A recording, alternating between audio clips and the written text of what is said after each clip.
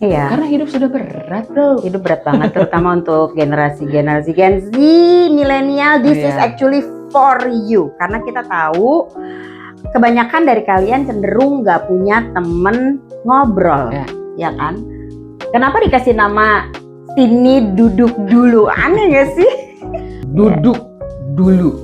Ya, kita jadi selalu tuh kalau kita dari mana-mana kan datang terus kita duduk.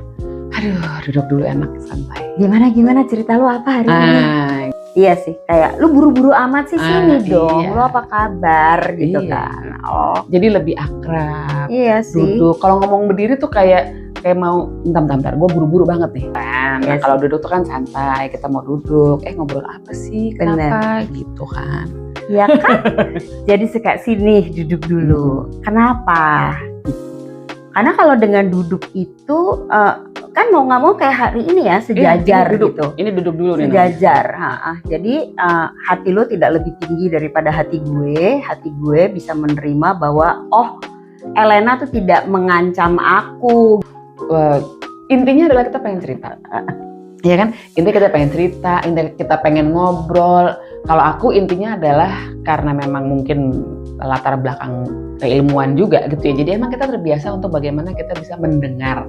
Gitu kan, kita mau dengar yang benar, dengarnya benar-benar tulus dari hati, nggak berisik tempatnya, gitu kan. Makanya duduk dulu yuk, gitu. Kita akan ngebahas soal aneka rupa, soal kehidupan, soal bagaimana di dunia relasi, gitu ya.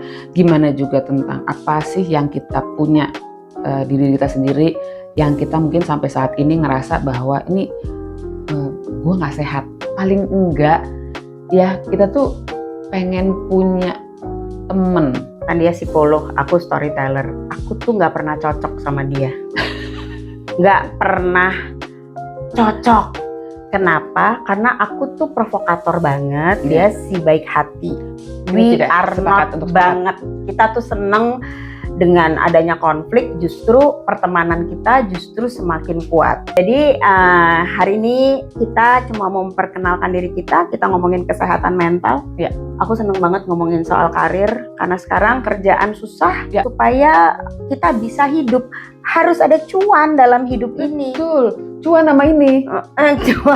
Cuan sama love. Iya, cuan sama love. Jadi begini tuh bisa cuan, bisa love. Tapi bagaimana mendapatkan cuan dengan sayang, dalam pengertian dengan kondisi yang tenang, dengan penuh cinta gitu ya. Jadi nggak ada yang rumit gitu. Tapi kita hanya cuman teman ngobrol aja.